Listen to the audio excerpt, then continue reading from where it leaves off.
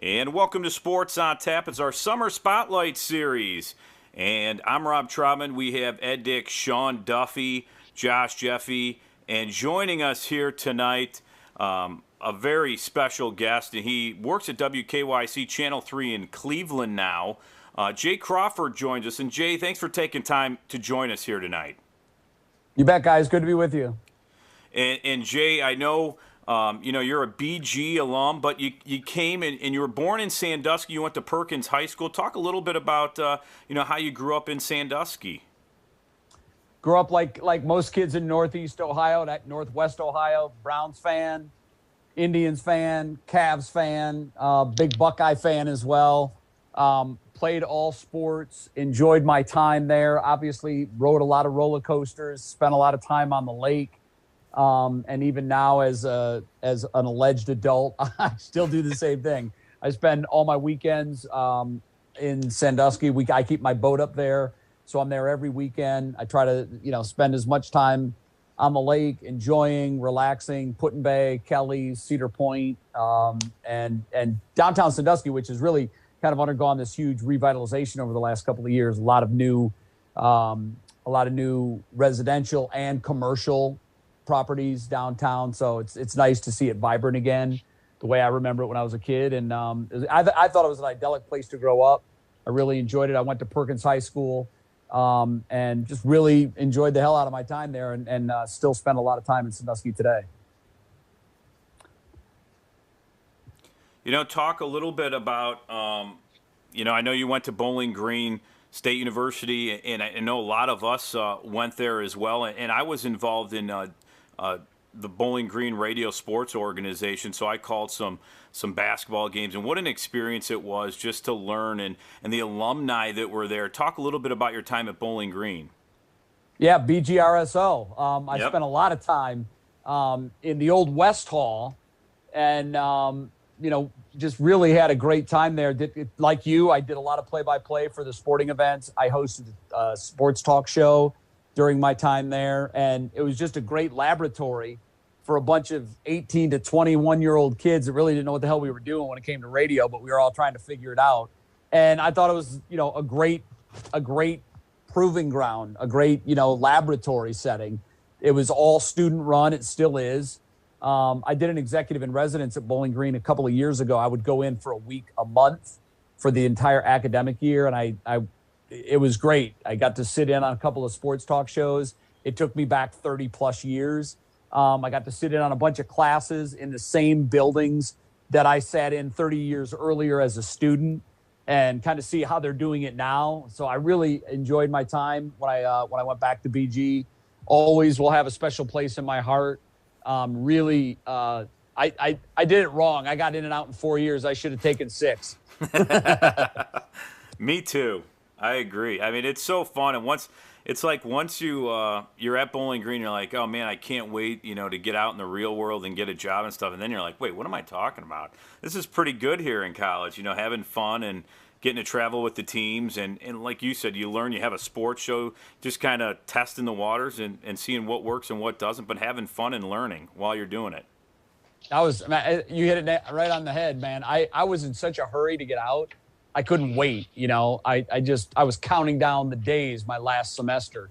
And then I got out and I'm like, yeah, I don't know that I like this any better than I did Bowling Green. So it's one of the jokes of life is when we're young, we want to be old, and when we're old, we want to be young. And, I thought there was, I tell kids now, enjoy yourself. Take 5 years if that's what you want to do. If you can afford it, and I know that a lot of kids have to take loans, do that, and that certainly sucks because you got to pay that back. At least right now you do. Yeah. That may change. But I think I wish I would have spent a little more time there. I mean, I know it's got to come to an end at some point, but I got to tell you, I majored in fun when I was at Bowling Green. And I probably spent more time at Broadhouse than I did in any single classroom building during my 4 years at Bowling Green. So I enjoyed my time there. I really did. Well, one of the most exciting things that I, being a former BG student myself, that they're building a campus poly-eyes in Little Italy. That should be coming in the fall. So that's going to be one of my lunch spots at work. But Jay, talk about growing up as a Cleveland fan. We're all Cleveland fans with the exception of Sean. He's got some Tiger love in him, but that's fine. But just talk about being a Cleveland sports fan, and everyone kind of has their own story on the background about growing up a Cleveland sports fan. I'm 195 pounds of scar tissue because I've been a Cleveland sports. So I was born in 1965, and my dad always reminded me, the year before you were born, Cleveland won a championship, and they haven't won one since. He passed in 08. And he never missed an opportunity to remind me that I could perhaps be the jinx. It's really tough. People that aren't from here don't really fully understand our pain and what we've gone through. And they're one of my favorite sport is baseball. I was at both Game 7 in '97 when they lost, and I was, of course, at 2016 when they lost. Only twice in the history of baseball has a team lost Game 7 in extra innings. And when you know it, we have that on lock. That's not a good trivia question. No, it really is not a good trivia question. But we've got a lot of those. We've got a lot of them with all of our sports teams. So I think that we're all coming from this at a different place. Like I have Red Sox, I have Boston sports fans that talk about the current drought, and I giggle. I'm like, wait, what drought? Like a drought has to be an extended period of time. A drought is, like the Indians now have the longest active drought between World Series championships in Major League Baseball. So I really don't want to hear about, the drought of the poor Boston sports fans. But we're a different breed, man. We root so hard because it means so much to us. And I've always said, everywhere I've lived, I've told everybody, I don't think there's any fans of another city that understand our pain. And when when I was at ESPN, we did a series. It was the most tortured sports city. Cleveland won. Of course we did. Like who can compete with ours? And these folks would come at us from Buffalo, and they'd be like, "Well, what about us?" Yeah, cry in your beer. You made it to 4 straight Super Bowls and lost all of them. Like our thing was the AFC Championship game and not being able to get over that hump. So at least Buffalo was able to get to 4 Super Bowls. So I know that there are a lot of other cities too. San Diego's kind of in that funk where they don't really have much to hang their hat on. Seattle was one, and they obviously won a Super Bowl a number of years back with Russ. So I just think there's nothing like Cleveland. And finally, the Cavs getting us over that hump helped. But I still think that if the Browns or the Indians were ever to win a championship, it would dwarf that Cavs parade. Maybe not in number, because it would probably for the Browns it would be 12 degrees in early February. So it probably wouldn't, but the city the hangover from that would last months. And the Cavs parade was pretty fun. Did you have a chance to go to that Cavs parade? So I was here for games 6 and 7, and I had to be back in Connecticut on Tuesday of the next week. So I was able to stay the Monday after, but I think the parade was like Wednesday or Thursday. It happened later, and I had to go back. So I had to watch it on television, which kind of sucked because I really wanted to be there. But being there Sunday night when they clinched was, one of my all-time great sports memories. I'll never forget it.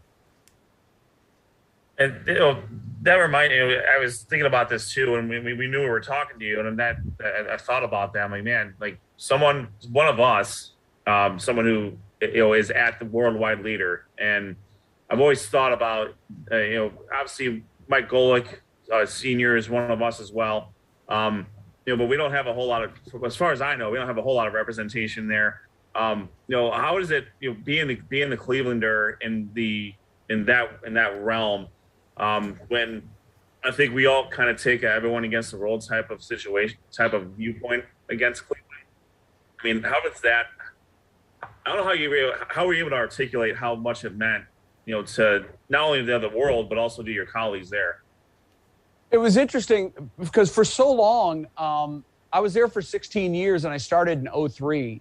And for so many years, I was kind of looked at as the Cleveland mascot at ESPN. Anytime somebody was going to do a feature story or a full show or a documentary on Cleveland, they'd be like, well, we got to talk to Crawford because like he's the mascot.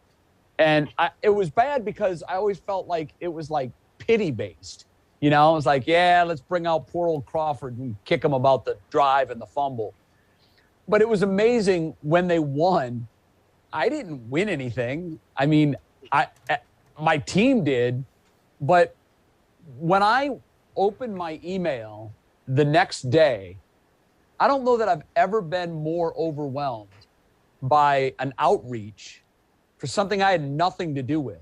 I heard from literally, there were over 400 messages in my inbox, and many of them were from colleagues at ESPN. A lot of them were internal mail. And then there were a lot of them were from outside too.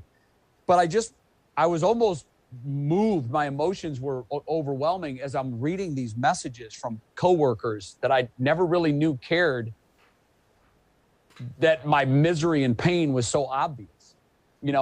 Long emails, some of them, and a lot of them were just, a couple of words, man, congrats, I'm so happy for you and your city. But some of them were heartfelt, page-long email, where they were going through all of our tragedies that we all know so well. And, it was just like everybody was really thoughtful in relaying their congratulations to something I had nothing to do with, other than the fact that the team I was rooting for finally won. So it was pretty cool. It really was. That's awesome. That's awesome. And Jay, again, thanks for joining us today. We're really excited to talk to you.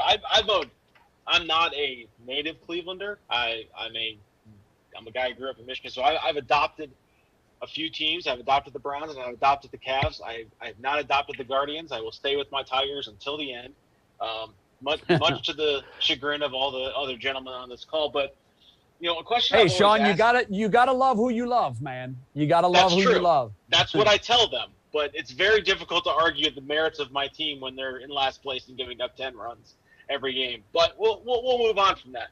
But you were at ESPN and you came back to the Cleveland area to work for WKYC. What's been the one thing that you've enjoyed the most since coming back and working with WKYC or working more of a local area?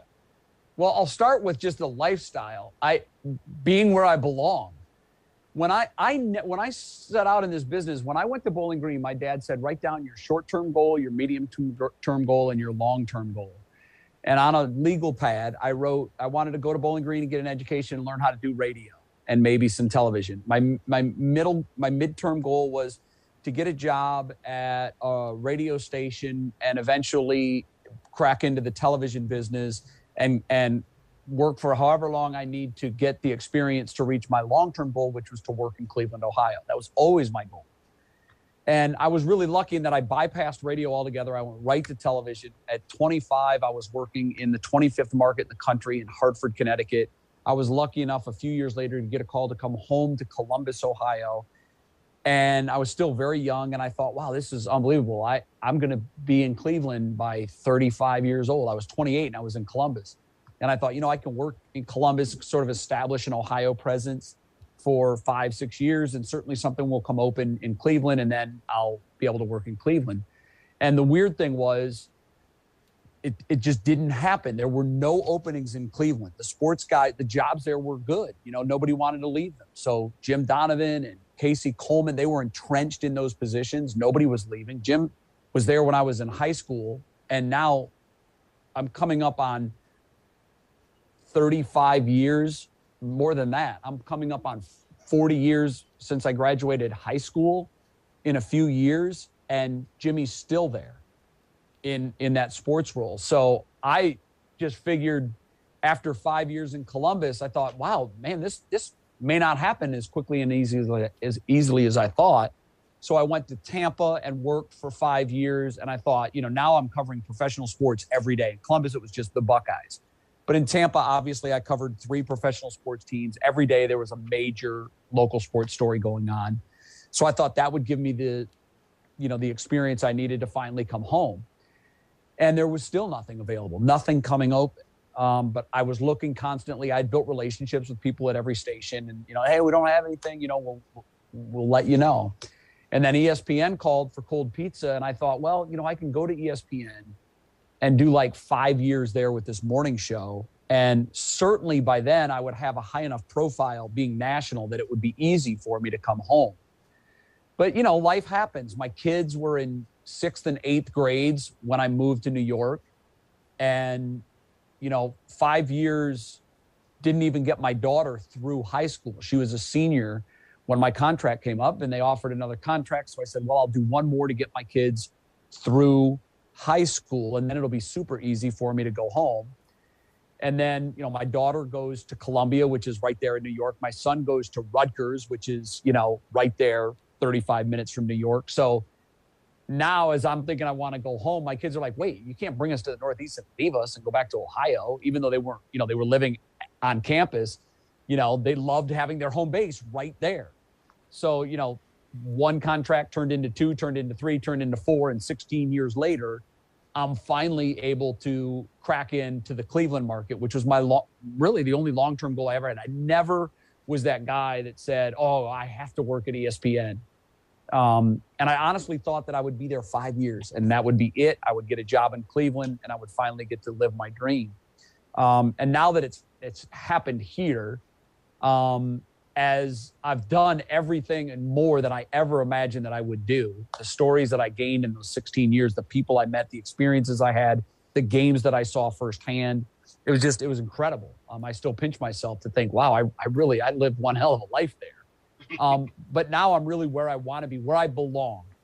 When I wake up and I'm in Cleveland, Ohio, I feel like this is my place. This is where I'm supposed to be.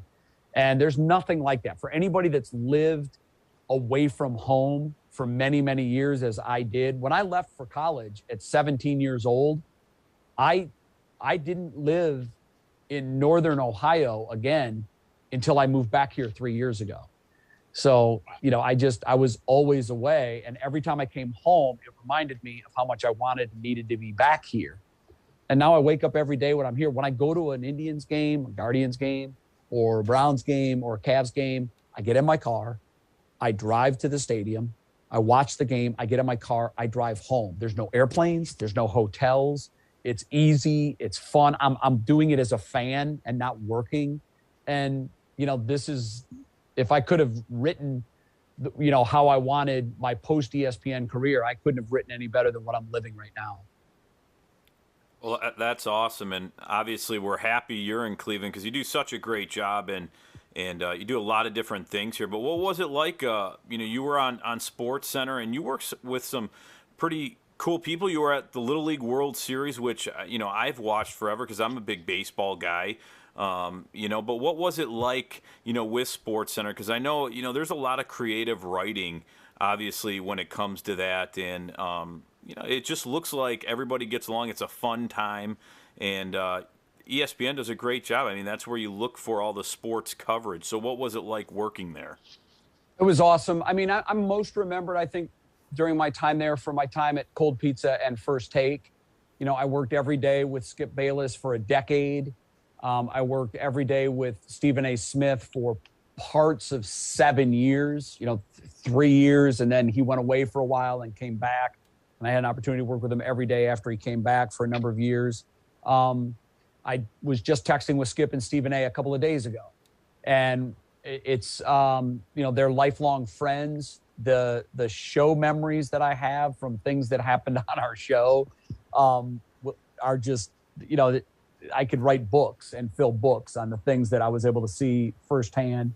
I really enjoyed Cold Pizza. I also enjoyed First Take a great deal. Sports Center was a little different because it was at the time it felt like the First Take trajectory was going like this and the Sports Center trajectory was going like this. Sports Center, because of the technology and the evolution of the smartphone, is just not what it was, and it never will be again. At one time it was so pop culturally relevant. It was mandatory viewing on Sunday night with Olbermann and Patrick. It was, that was our way of getting information. And now of all the ways people get information, SportsCenter is not in the top 5 anymore, which was, for sports fans, it was number 1 for years. It's just, it doesn't have that same immediacy to it. And they're still kind of trying to figure out that space. And I was there in a really odd time because they were trying to reinvent it. They were trying to figure out, what are we going to be going forward? Because we're no longer in the information business. And the other shows had already staked their claim as the opinion shows. And SportsCenter was kind of the New York Times, like the news of the day, the record of the day show. And the other shows, the debate shows, got so much more traction and attention because the only place you could get Skip and Stephen A was on First Take. But SportsCenter really wasn't offering anything that could say, we're the only place you can get that. And, you know, we're our own editors now. I have my phone set up where I get alerts from the Indians or Guardians anytime there's a score change. I get alerts from the Browns and Cavs anytime anything major happens with either team in the way of news, trades. I don't have to carve out an hour at the end of my day anymore to find out what my team did today. And it's a real tough time for them. It's a real different space. I personally, I haven't sat down and watched a full SportsCenter start to finish since I left. And I consider myself a diehard sports fan that still consumes a ton of sports content. But I mostly watch games. I watch games now that I'm interested in. So I'll watch ESPN if there's an NBA playoff game on. But other than that, I hardly ever go. There's times where I'm like, wait, where is it on my Roku? What channel is it on now? And so it's like, it's really an odd time because, so the most fun I ever had at ESPN was at Cold Pizza. First Take was a close second. People ask me a lot, what do you miss the most? Without question and no hesitation, the thing I missed the most was the Little League World Series. My last 4 years, I was lucky enough to host the coverage from Williamsport. And that was by far the most fun event I've ever covered. I loved Little League Baseball. My team won a championship, not a regional championship. We never made it to Williamsport, but I played on a very, very good Little League team. My son played on some nationally recognized Little League teams that I was lucky enough to coach. So Little League was just a huge part of my life in 2 different phases, when I was a player and then when my son was a player. And to go to Williamsport and see the last bastion of sports for fun, for pure love of the game, and just experience that once was unbelievable. I tell every sports fan, you got to put that on your bucket list. You've got to make the trip to Williamsport in August. It's hot as hell. It's in the middle of nowhere. But you come up to the fields, and they're major league quality fields. There's something special going on there. You can feel it from the second you walk in. The games are free. The kids are playing because, you know, they love it. They don't realize that may be the epicenter of their athletic lives yet. But it, for most of them, turns out to be that's the case. So it's just a great time. And I really had fun both calling games and hosting the coverage of the tournament. When I wasn't calling games, I was hosting the coverage from the Little League World Series set. And it was just a blast. And that's the one event that I miss every year in late August. I find myself saying, I wish I was there. That was fun. Well, Jay, I mean, you were just talking about those Little League baseball players, how, you know, for a lot of them, that's the pinnacle. And for you were in that little leaguer on a higher level, but you also got to play some minor league baseball back in 2005. You had 3 games in the independent league, and Sean's Tigers would love to have a pitcher with this career ERA of 2.25. Just talk about your experience. Talk about your experience, Jay, pitching those minor league games. Well, Sean, you'll love this because so the first 2 I pitched for the St. Paul Saints in St. Paul, Minnesota. And after I threw the games in St. Paul, I had a baseball reference page, and I'm looking at it right now, Jay. I'm looking at it right now. Listen, for a kid from Sandusky, Ohio, whose main goal his whole life was to play professional baseball, You have no idea how important that page is to me. I can imagine. That was it. Awesome. And so, Sean, you may know a guy by the name of John Warden, who was part of the 1968. You're way too young, but he was a pitcher on the 1968 Detroit Tigers that won the World Series. Yeah. And he was the pitching coach for the Long Beach Armada, they played in the California League, the Golden League in California. And so he had contacted me and said, hey, I know that you pitched a couple of games in St. Paul, and we were going through the stats, and you somehow got people out. Like, are you any good? And I said, well, I play in an independent league in the Northeast, New Jersey, New York, metro area. And, I gave him my webpage to our league, and I said, you can look at the stats and you can decide for yourself. I mean, a lot of these guys, it was a 25 and up league. Most everybody had collegiate experience. A lot of guys had pro experience. Some guys were actually were still trying to make it. And so he looked at my stats. He's like, wow, you get guys out in this league. What do you throw? So we had a phone conversation. He said, well, we would like to bring you in to pitch a game if you're up for that. I'm like, yeah, no, I'm going to turn that down. Of course I am. So ESPN was great. They were like, God, this is unbelievable. Go ahead, man. Go out there and do it again. So I went out there, and the funniest thing is I was supposed to start a game on a Friday night, and I did the bullpen the night before, and John Warden was the pitching coach, and he's looking at everything, and he said, throw a two-seam, throw a four-seam, throw it inner half, throw it outer half, give me a back foot slider, give me a curveball, give me a circle change, give me a splitter. So I'm throwing everything I got. And so he's like, okay, you can spot your pitches. You might have some success. We're going to give you the start tomorrow night. And I'm like, wow, I can't believe this is unbelievable. It's great. So about 30 minutes before game time, I just wrapped up my bullpen and I'm ready to go. And my catcher's, has no idea what I throw until we finish the bullpen. So we're kind of talking over what our strategy is. He knew the opponent.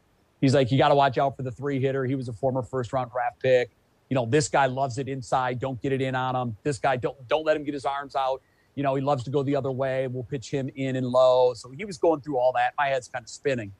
So 30 minutes before I start, the manager of the team was Darrell Evans. I don't know if you guys remember Darrell Evans, but he was the manager of the team. He played for the Red Sox. I think he may have also played for the Tigers some. But he had a pretty good major league career. So he tells me right before the game, I made a terrible mistake. We've got a guy who pitched for the Tigers and as in the major leagues. And then he got sick. He had some illness where he lost like 30 pounds. And they had signed him, and he was going to pitch Saturday night. But when the manager informed all the pro scouts that this guy was going to throw on Saturday, he messed up the date and he put Friday's date. So there were like 7 professional scouts that were there to see this guy pitch. So Evans feels terrible, and he tells me, hey, listen, I feel terrible, but I can only throw you an inning because there are 7 pro scouts here tonight and they're not here to see you. So we've got to throw this guy. I can't remember his name. I want to say Jeremy Bonderman, but I don't think it was someone of that ilk. But anyhow. I think it was Bonderman, if I remember correctly. Because he did have a weird illness that he lost a bunch of weight and he had to rehab back. And I think that was part of it. Someone Google Bonderman and see if he ever pitched with the Long Beach Armada. I don't even know if that would show up because it was independent baseball. It was pro baseball, but it was an independent league. So anyhow, I'm bummed. I flew all the way from coast to coast to go to California to throw. And I go out there and I have a 1-2-3 first inning. And the last hitter in the first inning was the 3-hitter who was a former first-round draft pick, I think of the Angels. And I struck him out, and I'm like, wow, that went really, really well. So I'm coming to the dugout, and John Warden is standing at the top step, and he goes, damn you. I said, what? He goes, I can't take you out after that. You just struck out a former first-round draft pick. You got a no-hitter going. I can't do that. We're going to give you another inning. So I'm like, I'm charged now because I think, And as a pitcher, you get in your mindset what your workload's going to be. And first I think I'm going to do the whole game. Then I think I'm going to get an inning. Then I'm going to get a second inning. So I'm all over the map. My emotions are just everywhere. The catcher the catcher fist bumps me and he's like, dude, that's spectacular. So I go out for the second inning, and I think they had me intentionally walk the cleanup guy. I can't remember, but I did walk one guy. But I retired the next 3 hitters, so I had 2 innings of work, no hit work, and I can honestly say I'm probably the only pitcher in the history of baseball who ended his career with a 2-inning no-hitter. Because they had to get me out of there after that, because whoever the pitcher was waiting in the wings to pitch for the pro scouts. Oddly enough, none of the 7 pro scouts wanted to talk to me about a contract. But I did pitch. I know I did pitch 2 scoreless innings, and that's the way I ended my pro career. And I got to tell you, it was one of the more exhilarating things I've ever done. I've jumped out of airplanes. I've done some really incredible things in my career. I've covered crazy things, but I don't know that I've ever experienced a high quite like starting a couple of minor league games, pitching in 3, and especially the fact that I was able to end my career with a 2-inning no-hitter. I'll wear that proudly for the rest of my life. That's impressive. It actually, I found online here, it says you had a 2.25 ERA. Your changeup hit about 62, but your fastball was at 93. And this, I mean, I don't know how true this is. So I'm guessing my changeup was faster than 62. I wish I had 30 miles an hour difference between my fastball and my changeup. I really never threw a circle change. I mess around with it, and I still play. I mess around with that in the league that I play in now, and I've thrown it a lot. But I didn't throw anything but a splitter in my 3 professional games, and my splitter had pretty good action late, down and in to right-handed hitters, and that was the pitch that I relied on most to get outs when I was there, because I knew that my fastball was okay, but there was nothing extraordinary about my fastball. I didn't have a lot of life on it. I didn't have a lot of late movement on it. And the pitching coach told me, your fastball's great for the league that you play in back home, but these guys will feast on that. So we're not going to show them much in the way of a fastball. You know, if you do, you're going to intentionally throw it on the outer half or get a guy to chase it, but you're not going to throw it over the heart. And you're going to rely mostly on my slider was probably my best pitch at that time. And my splitter was a lot slower than my fastball. I don't know that if it was 62 miles an hour, I don't know where that comes from, but who knows? I'll tell you what. It may have been. That's a hell of an arm if you got 30 mile an hour. I mean, that's impressive. Fast to change. I think I might have. Go ahead, that's Jay. a big drop. No, that's just a big drop. You know, I don't know that it was that slow, but it was slow. It was slow. If that's all I had, they would have killed it. You know, I was able to hump up a little bit and change speeds and hit my spots, and I just had a blast. You know, I really did. And I keep thinking that, you know, another team's going to give me a call and give me a shot. So I stay in shape. What are we going to have to do to get you to pitch in Avon for the Crushers? I mean, wouldn't that? All they'd have to do is call me, and I'd be there in a heartbeat. It wouldn't take much. That would be pretty cool. I got to work on that. We'll see if we can. Yep. See if you can get that done. I'll be there. I'll be there 6 hours early with my uniform and spikes on. I like it.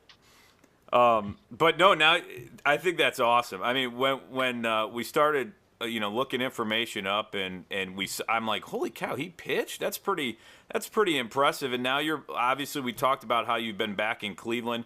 And I was sad because on 92.3 The Fan, Adam the Bull said he was leaving. I'm like, oh man, he's leaving. Where could he possibly be going? And all of a sudden, it's the ultimate Cleveland sports show podcast, and I definitely have had a chance to watch it. It's really an interesting watch if anybody out there wants to watch just a good Cleveland sports, and all you guys are talking about it. How has that been going for you guys, and how much fun are you having doing that? That's been a blast. It really has. We started maybe 2 months ago. I don't even think we're 2 months old yet.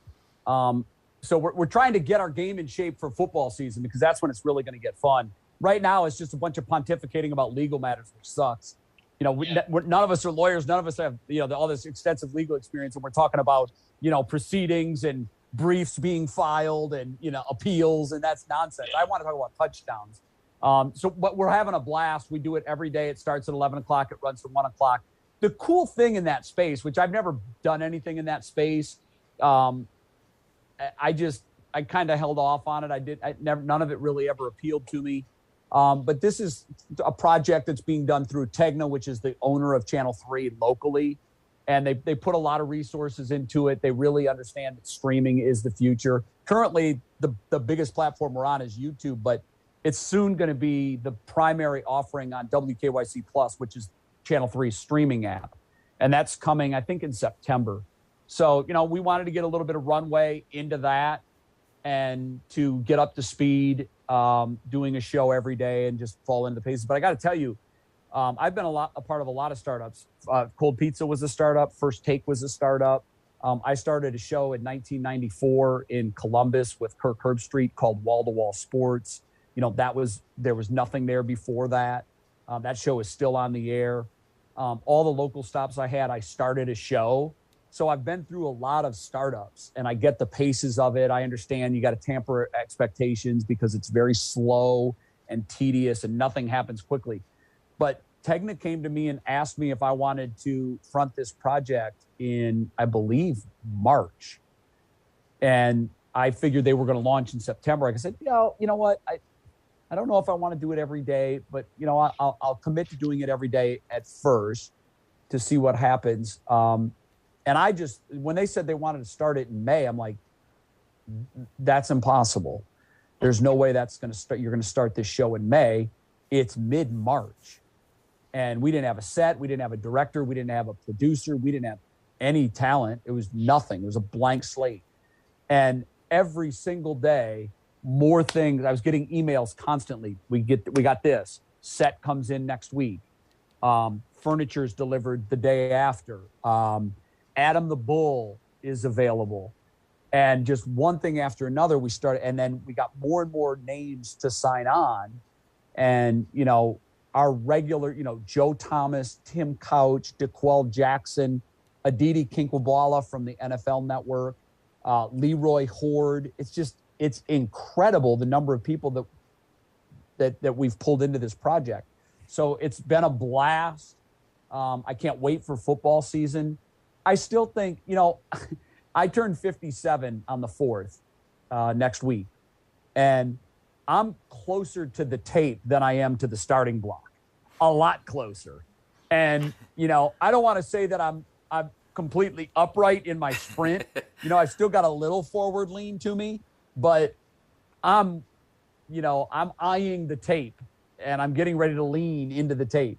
So I don't know how long I'm going to want to do it on an everyday basis, but I'm really enjoying it. I'm having a blast. When I got off the treadmill at ESPN, I did a 2-hour live show every day for 16 years. For 5 of those years, it was a 3-hour live show. So that's an incredible treadmill that never stops. And when I got off of it, I realized the toll it takes on you physically, emotionally.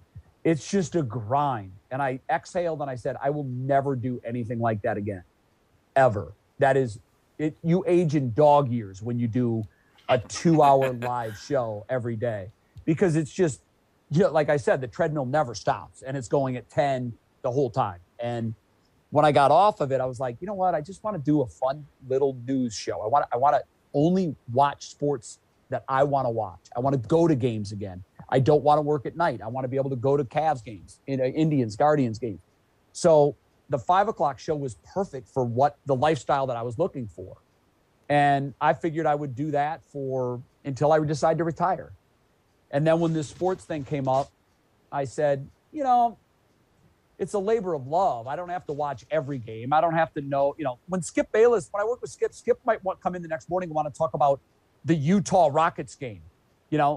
Dude, that's not on my radar. I don't have bandwidth for a Jazz Rockets game in December. Right. But you never know what he was going to talk about. So you had to be up on everything and ready to go on all of it. Well, this is all sports that I'm watching anyhow. I watch every Cavs game. I watch every Guardians game. I watch every Browns game. So the prep for this isn't as laborious as doing an ESPN show. So I'm having fun so far. As long as I keep having fun, I'll probably continue doing it. I just don't know that I'll do it after January. I'm not sure I'll do it every day because that's a grind. I may pick a day or two a week, and we'll see what happens. Hey, Jay, I'm interested in your thoughts on, you mentioned earlier, and I agree with you 100% on this. I think I can speak for all of us. When we were growing up, like I would wake up an hour early from school to watch SportsCenter and then go to school. Or even my early working career, I'd wake up at 5 o'clock, watch an hour of SportsCenter, get ready to go to work. It's not part of my life anymore, which is weird to say because I haven't thought about it until you mentioned it. I've thought about this more too. Local news, you don't see a whole lot of sports on even like a 6 o'clock show anymore. And those are shows that those are some of the guys that we grew up with watching. A, have either moved on, they've retired, or B, they're on for maybe 3 minutes and that's it. You were a sports director when you were in Tampa. What's changed between now and then? Besides the streaming part, but maybe that is the biggest change. What are your thoughts on that? Yeah, it's pretty much the same thing that has cut into ESPN's audience. When I was a kid, I had to stay up for the 11 o'clock sports to see if the Indians won. Mm-hmm. Every game wasn't on television. It was a treat when a game was on TV. I remember they had 50 televised games a year. They were mostly on the weekends, and occasionally there'd be a game on during the week. I'm old, guys. I was a fan in the 70s. If you didn't stay up for the 11 o'clock news to get your 4 or 5 highlights, you went to bed waiting for the next day's paper to come so you could read the box score and see how the game went. So, the whole local news and sports scene has changed dramatically. I left the game locally in 2003 when I went to ESPN. And there were still a lot of stations doing a lot of sports. The key to it is the local side.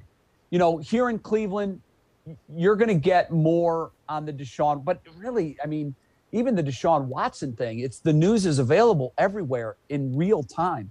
The second the hearing ended today, there was a leak to Florio who quickly turned around tweets that said the hearing's over and here's what I know.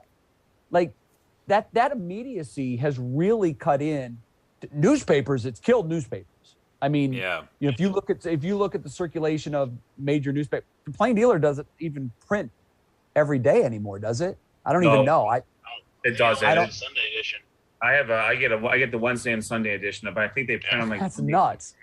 When I was a kid, if someone would told me that once upon a time the Plain Dealer is going to be like a couple day a week newspaper operation, I'd be like, what are you talking about?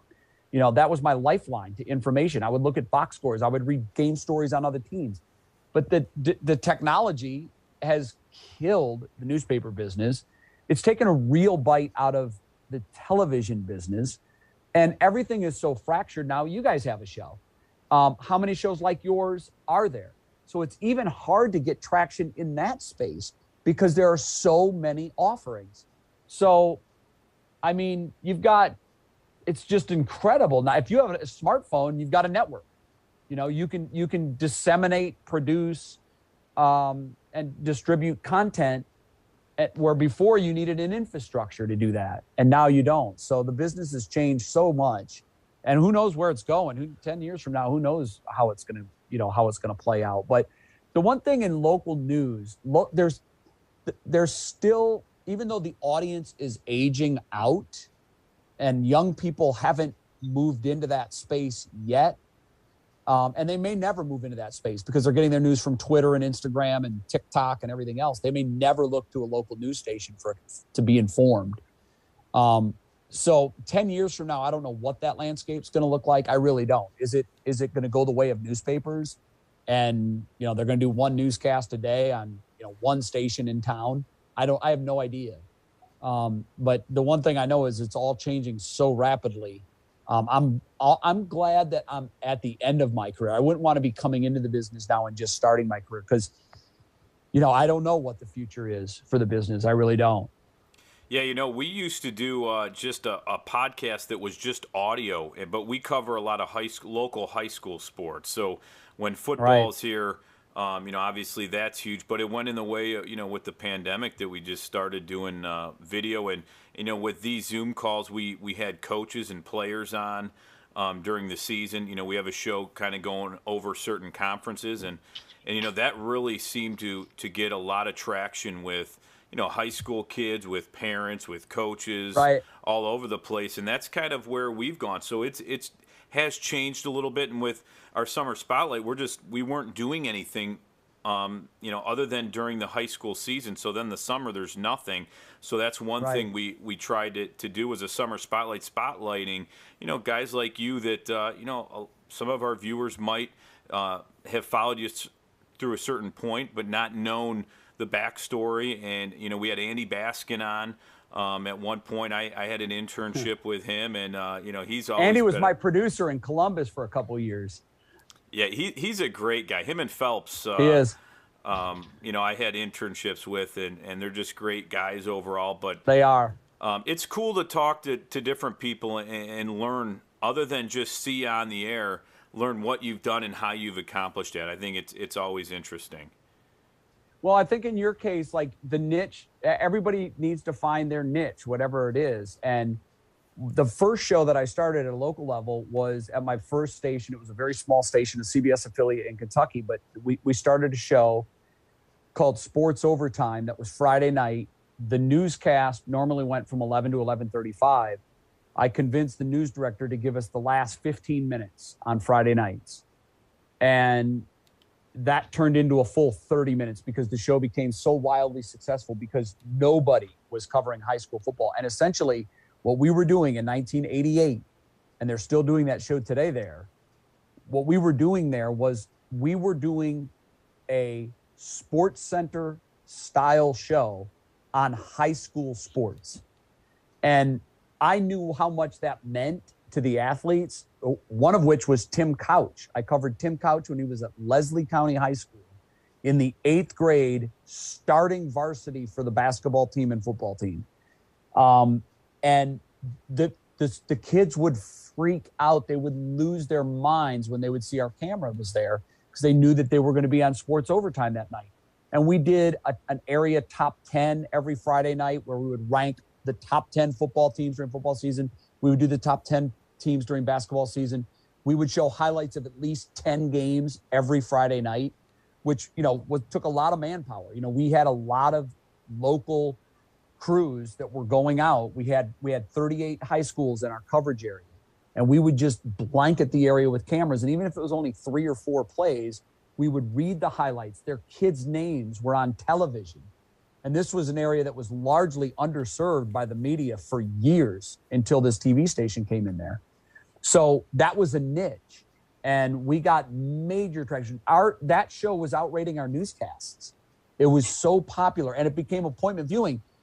The coaches would tell us, oh, man, when the games are over, the road games, we got to tell the bus driver, pedal to the metal. We got to be at the pizza place by 11 o'clock when Sports Overtime comes on, and they had watch parties. The whole team would get together at restaurants and watch these parties. And so that was our niche. That was kind of our little carve out that we had. And, you guys being in that high school space, that those fans are wildly loyal. And if they think that they're going to get their kids are going to be talked about, they're going to watch, and because let's face it, Channel 3 covers high school sports, but Channel 8 does a really good job with their high school football. But, how many kids are really going to be mentioned during the show? But when they get mentioned, it's a life-changing deal. And I still hear at least 10 times a year, I get random tweets, Facebook, or Instagram messages from kids that I covered 30 years ago in Kentucky, and they'll say, man, I had to transfer the VHS. My parents would record it, hoping that one of my plays would get picked. And that's how I proved to my kid that I was a good athlete once upon a time. I had to convert it from VHS to DVD because the VHS has been played so many times, it's getting so old, I was afraid it was going to break. And I hear from, like I said, probably one a month, that kids that I never knew, I never met, but, they reach out, they find me, and then they tell me that, what an incredible thing that was, that we put, their school and their plays on TV, on a newscast, for an area that just had never experienced anything like that. So the high school space is a great space to be in. And those fans, Jay, they're pretty loyal. Yeah, sorry to interrupt you, Jay, but you bring up a good point. And with technology nowadays, we're able to go far and beyond the reach. We do broadcast. We broadcast high school hockey games. Nobody covers high school hockey in the area, and we actually have Sean and Ed do a great job doing play-by-play. Rob's awesome.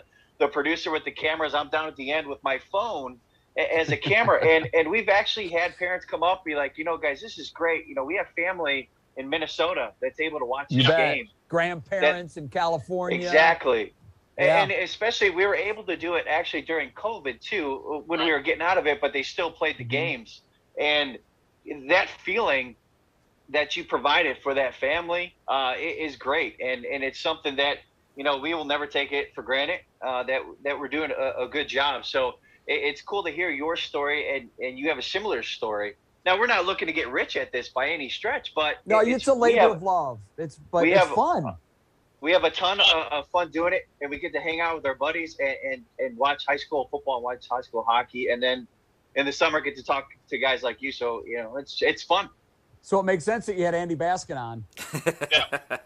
Andy and I used to in Columbus. We used to play at the Chiller. We would lace up and we'd go out there for open hockey and play. He and I played together a number of times, and they had a blast. And now I know I think he coaches now, doesn't he? At Gilmore. At Gilmore. Yeah, that's what I thought. That's a great school. I play in the baseball league, the Cleveland Independent Baseball League that I'm in. The Gilmore baseball coach pitches for the team that we always play in the championship every year, and he used to pitch for the Braves.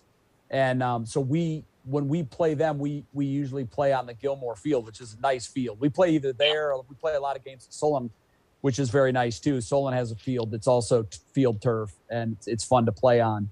But Gilmore High School is great. I haven't been to any of Andy's games. I want to try to get one.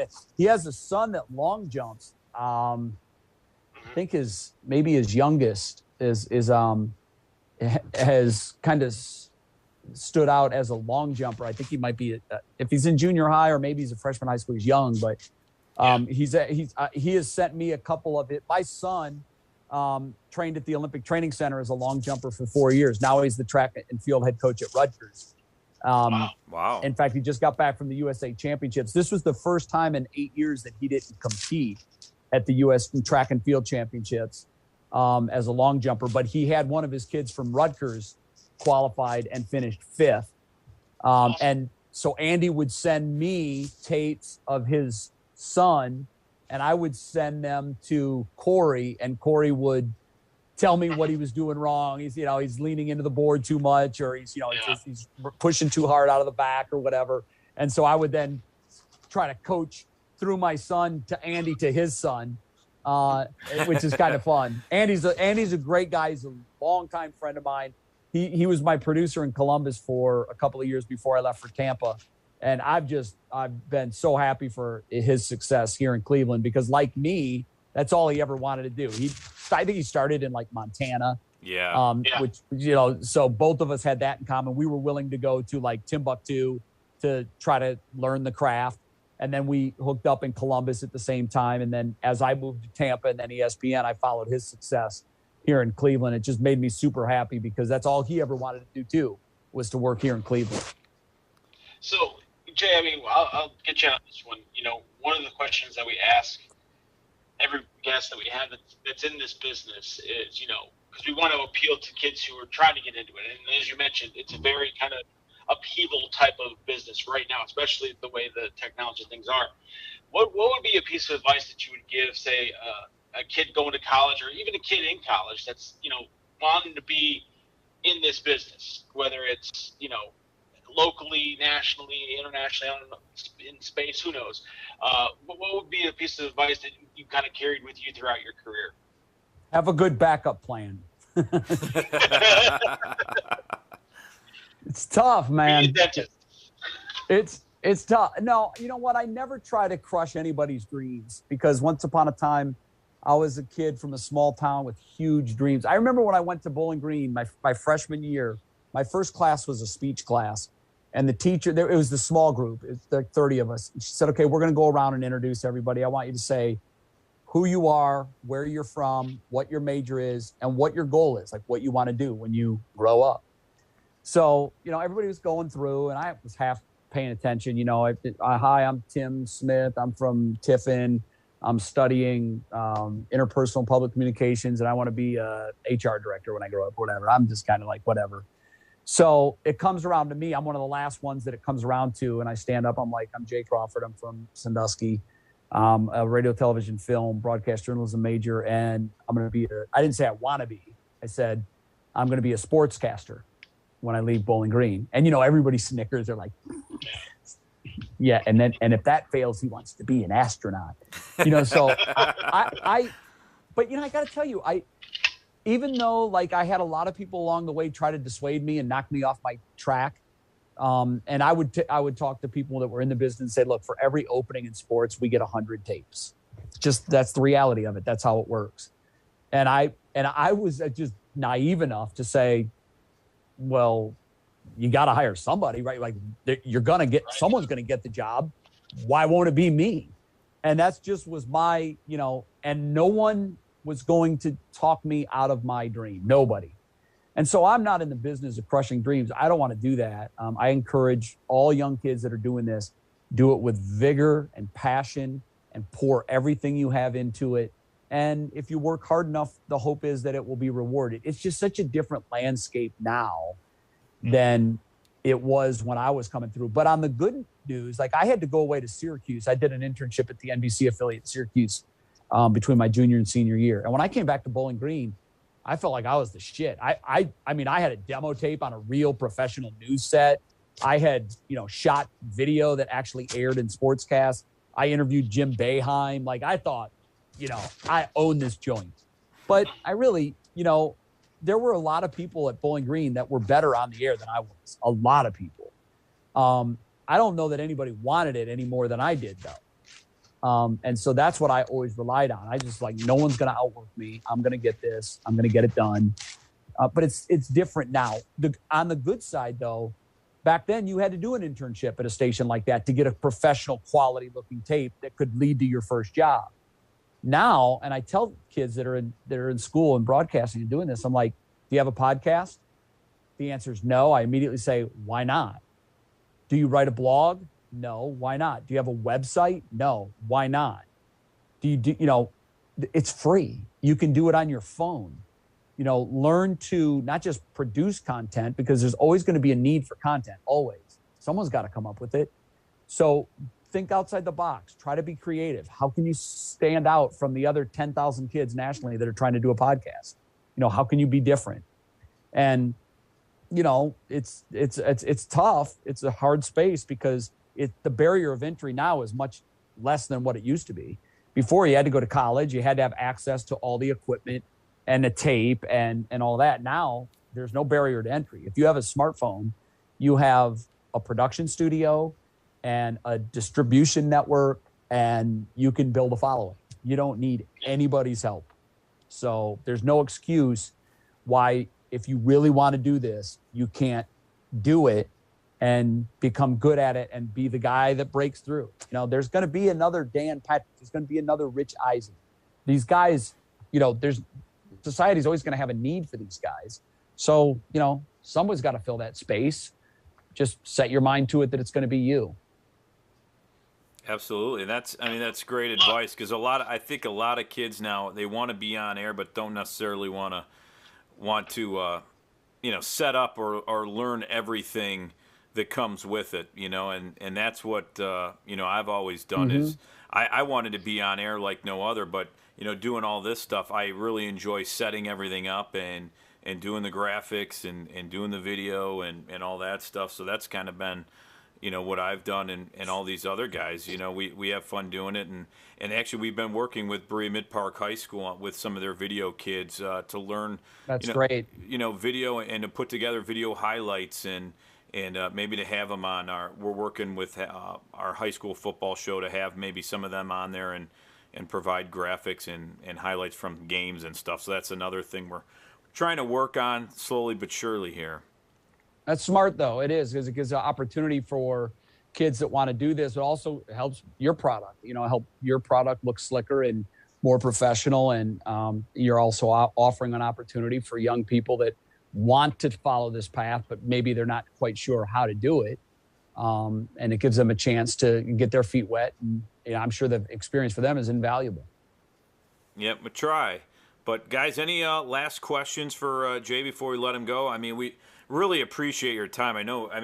We could probably talk for another few hours with you because it's been a blast talking to you, and we appreciate you coming on tonight. You're mostly BG guys, so I always make time for BG guys.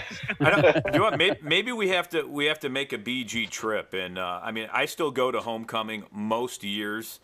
Do you? Oh yeah, I still go up. My aunt actually she works at Bowling Green State University still, so I have a reason to go up there. Even though if she wasn't up there, I'd still I have to get to at least one game, and it's usually homecoming. That's awesome. Yeah, I've been to probably 6 or 8 since I've left.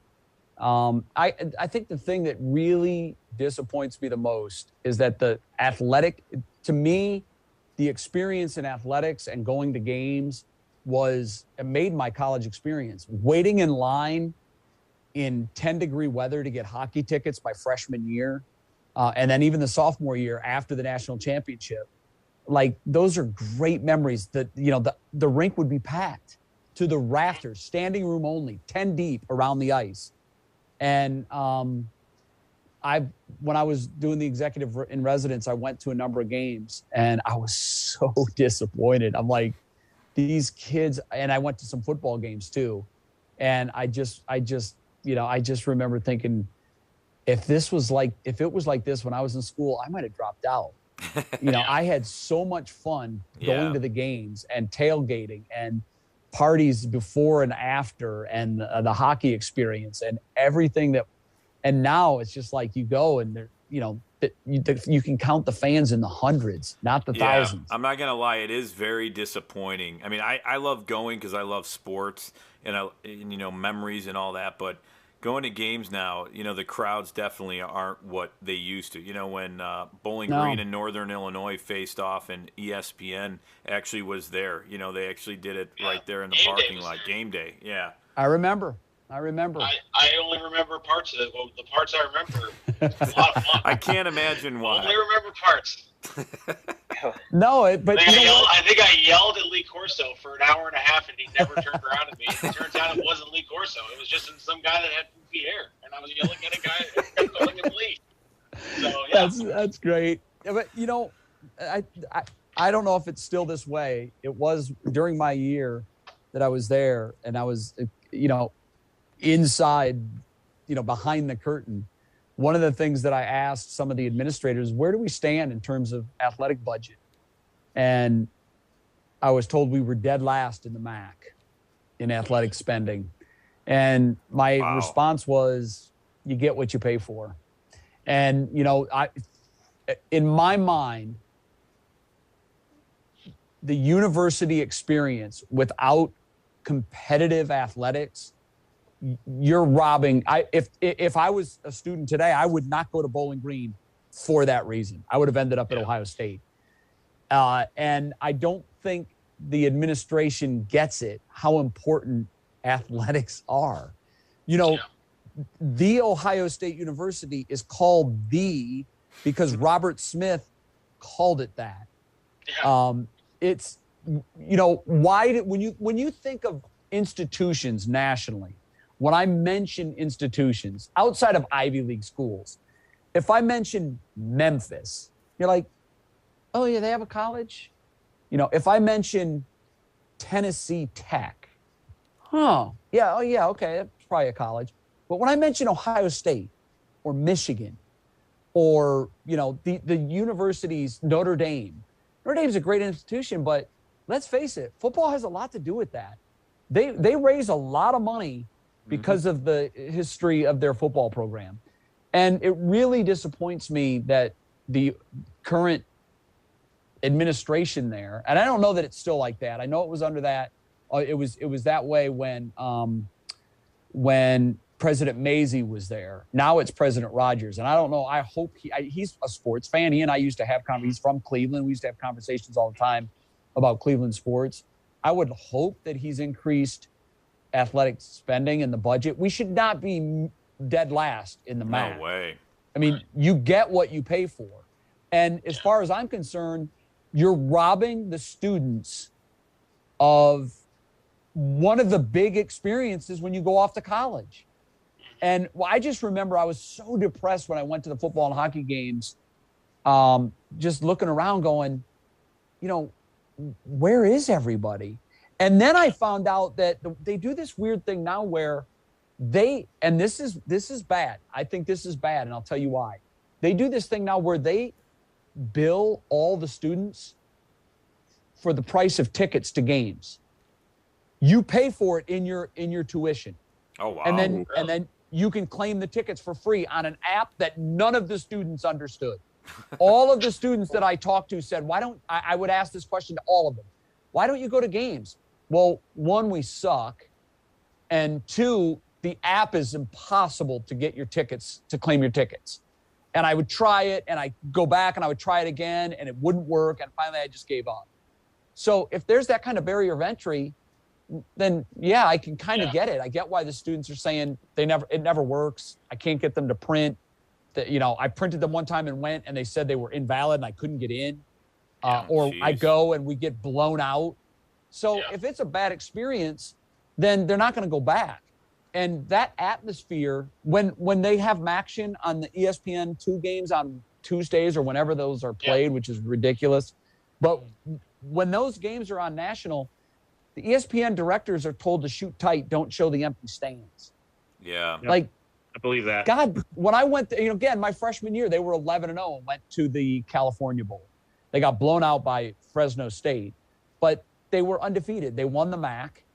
Then also in my freshman year, even though Bowling Green wasn't dominant in the CCHA that year, they had a good year. But they made the NCAA tournament and, rode a hot goaltender and had some NHL talent, and they won the national championship. But those experiences, when I talk to people that were there in 84 and through 87, they all talk about how fun the athletic experiences are. Those experiences are dead now. The students there don't get that, because the ones that do go are sitting there with 800 fans in the stands, and there's no atmosphere whatsoever. I've been to high school games that have twice the atmosphere of Bowling Green football games. And what's happened to the hockey program is a head shaker. I don't get it. I mean, I know that now Ohio State and the Big Ten, and I know it's harder for Bowling Green to recruit the national talent and to get the kids out of Canada that they used to that would end up playing in the NHL. But it's just there's no real excitement level there. And I would definitely not go to Bowling Green. If I was a high school senior right now picking schools, I'd probably cross Bowling Green off the list just based on the lack of athletic experience there. I would want to go to an Ohio State or a school that, really cared about their athletics and made that a big part of the college experience, because it is a big part of the college experience. And these kids today that are going there are just getting robbed blind of it. And I hope that President Rogers has increased the budget, and I hope that we're not dead last in the MAC anymore, because that just tells me they don't care about athletics, and that would be really disappointing if that's still the case. Yeah, absolutely. I mean, there's no doubt about that, but it's unfortunate. Hopefully they figure it out, because it has been pretty disappointing what we went through. I mean, we were there when Ben Roethlisberger was at Miami, and he killed. We had some great talented teams there, but it was he went to high packed. School 30 minutes from Bowling Green. Yeah, I know. So I always ask, so how did Bowling Green let Ben Roethlisberger get away, and how did the Browns not draft Ben Roethlisberger? That kid should have gone to Bowling Green and should have been a Cleveland Brown. It would have been a great story. It would have been a great story. I mean, he was there when Urban was there, though, right? He was being recruited. Yeah. Did Urban recruit him? No, I don't. He may have been there just after he started. I think Urban wasn't there yet. No, he wasn't.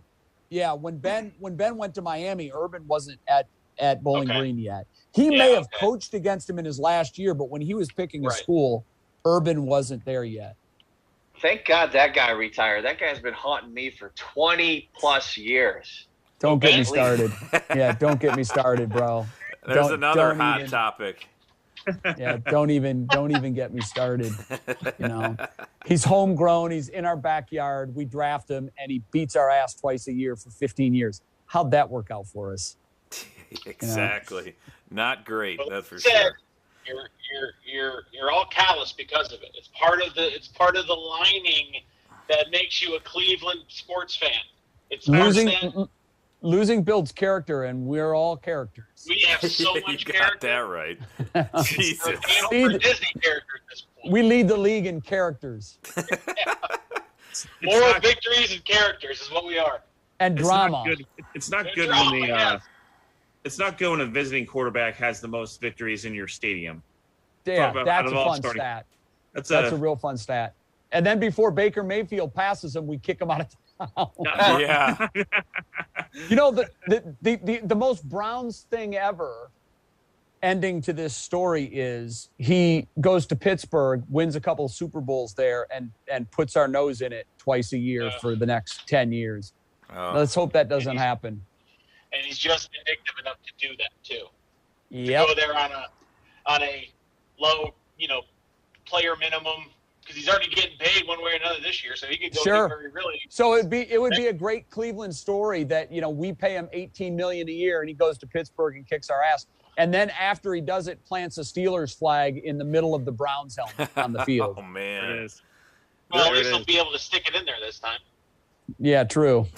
Well, I know I'm gonna have to have a few beers after this show, because now it's just. I need therapy. Yeah, I need therapy.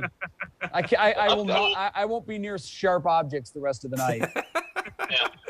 I'm cool. I'm gonna go watch Court TV and catch up on the Deshaun Watson case. I'm pretty excited about that. Yeah, there you go.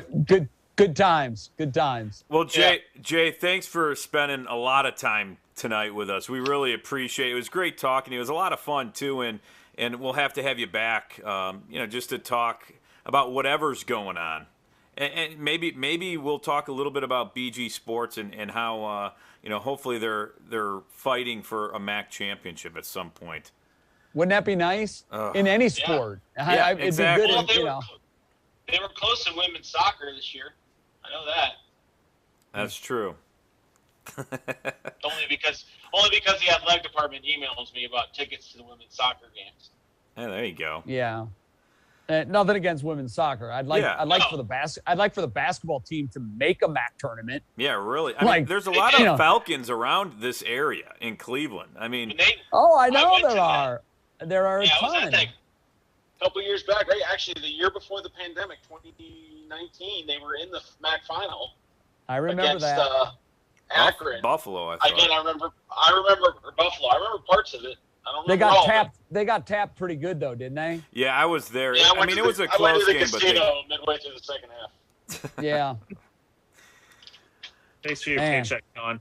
Well, Jay, thanks for spending time with us. We really appreciate it. You bet, guys. And you bet. We'll keep in touch, and we'll keep watching on WKYC. You do a great job. They're big fans. And thank you. Again, great talking to you. Welcome. We're happy you're back in Cleveland. I am too. Guys, thanks very much. We'll talk again. All right, sounds good. Thanks, Jay. Appreciate it. All right. Thank you. Bye, guys.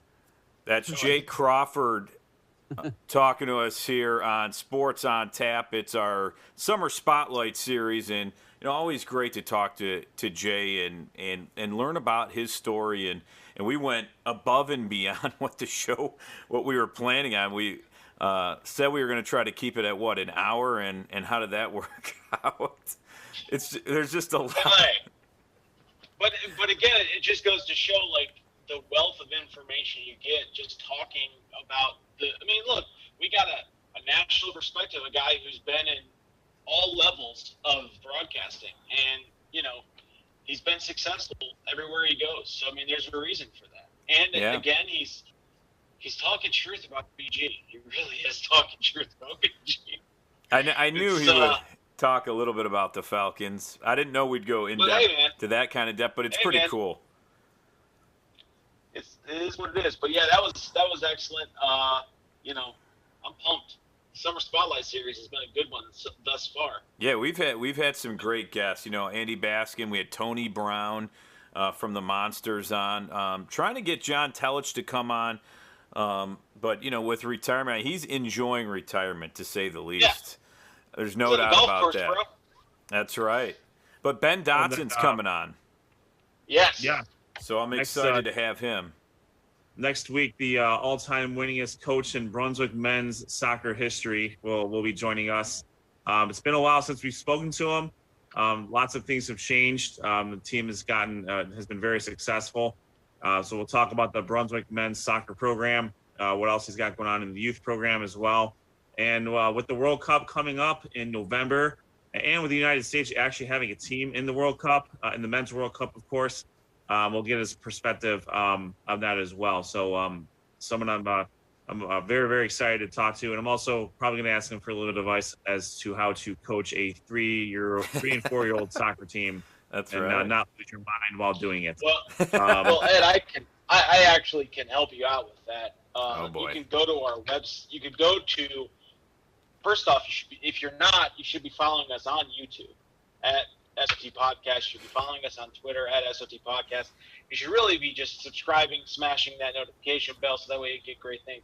But if you go to YouTube and just type in how to herd cats, it's basically the same principle. It's roughly the same principle. You're just running behind them using shiny objects. The ball is not. I mean, I've been to 3-year-old soccer games. I don't even think they play with the ball. I've just seen it's like herds of kids like locusts running from side to side on the field. There may be a ball in there somewhere, but I've yet to see them. Yeah. And they have no ability. I don't know where this is connection going. with this ball, but when they do make connection with the ball, they kick as hard as they can, and the ball usually hits one kid in the face. And this is where it happens. I miss doing the audio where I could just hit the mute button. I'm not wrong. Actually, I'm actually not wrong. I've seen. I actually There you can go. do that. Yeah, there we go. I am able to do that. Wow. Yeah. Well, asking you shall receive, Josh. There you go. You know what? I'm like, there has to be a way. Oh no, I don't know how to unmute. Oh wait, I think he's back. Are you back? Anyway, that'll be Am I back? Oh, there we go. Yeah, you're back. You're back. I'm making I'm sure. trying to help out my friend Ed here. And It'll be a great experience. It'll be great to catch up with Coach Stotson next week. Absolutely. Yes, it will. And as we move on through the summer summer series. But hey, if people want to watch another episode of Sports on Tap, Sean Duffy's going to have an episode on how to herd cats. That'll be a separate episode from this one. It should be interesting.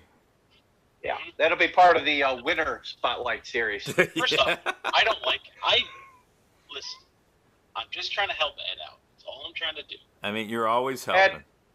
Ed, just use your instincts. Don't lose your patience. You'll be just fine. There you go. That's gonna be the key. And that's from a veteran youth sports coach. Been coaching now for close to 10 years. So Josh is going into the Brunswick Youth Sports Hall of Fame. I'm trying to get my Hall of Fame. You know what? We're actually just going to interview Josh for one of these summer spotlights. And that's a good idea. Giving us the key to youth sports. There you go. Let me just dads that are starting youth sports because he's been down the I'll road. just check my schedule and we'll get this thing hooked up. Thanks, guys. I appreciate it. We'll see you later. Oh boy. Well, guys, great job tonight. It was a lot of fun. Covered pretty much anything and everything. Talking to Jay and got some really good insight on when he was at ESPN and what he's doing now and then some. So great job tonight, and we'll see you on the next Sports on Tap Summer Spotlight Series. Next Thursday. That's it. All right, guys, great job. Enjoy the rest of your week and weekend. Enjoy your July 4th. Happy 4th! All right. Happy long weekend, everybody. America! Here we go. All right, for Sean Duffy, Josh, Jeffy, Ed, Dick, I'm Rob Trauman. Thanks for watching Sports on Tap, or Summer Spotlight Series. Until next time, have a great week, everyone. See ya.